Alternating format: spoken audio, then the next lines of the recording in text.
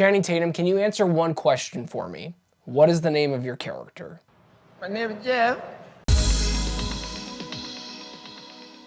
A charismatic criminal, while on the run from the police, hides in a hidden space of a toy store. I've been a fan of Derek for years. He is a phenomenal director who knows how to break you down emotionally with films like Blue Valentine, The Place Beyond the Pines, The Light Between Oceans, very underrated, and now a cinematic crowd pleaser with Channing Tatum as the star, but it yet still has an emotional core to its story. Yeah, this is an interesting watch. Channing Tatum is just one of those guys in Hollywood that knows how to utilize his talents. He's charismatic, he's charming, and that's practically most of the roles that he lands, but there are a couple of gems that he has gotten to kind of show us his real strengths as a performer with movies like Foxcatcher, which I believe is the one that really showed to people out there that this guy is an actor. And in Roofman, he brings all of his charisma, all of his talent, all of his emotional depth into this character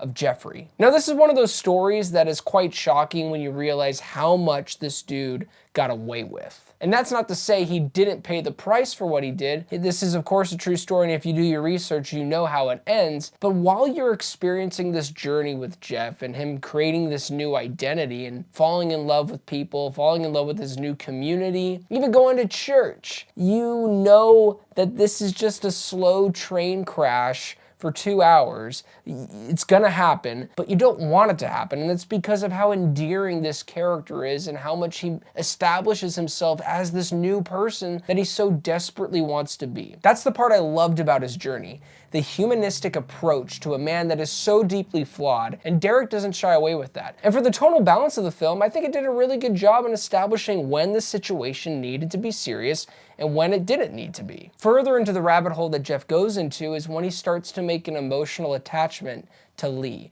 played by Kirsten Dunst. He starts to make a genuine connection to this person, something that he's always wanted to be. He's always wanted to be a giver, and he's never had the resources or amount of income to be that. Really, their connection starts at church, and fun fact, Ben Mendelsohn's in this movie, and I never thought I would ever want to see him play a church leader singing at a Presbyterian church, and I'm glad I did. This movie doesn't spend much time dissecting faith, but when it does take time to just build relationships while Jeff is at church, one scene stood out to me that was just the clear masterclass scene in the entirety of this film. It's when everyone's having a conversation with one another about a certain thing that happened on the news, and how even people in church gossip, and while all these conversations are going on, the camera doesn't focus on them, it slowly focuses in on the expression that Channing is giving, and that was the scene just completely immersed me into who this character is, all of the things that are going in through his head,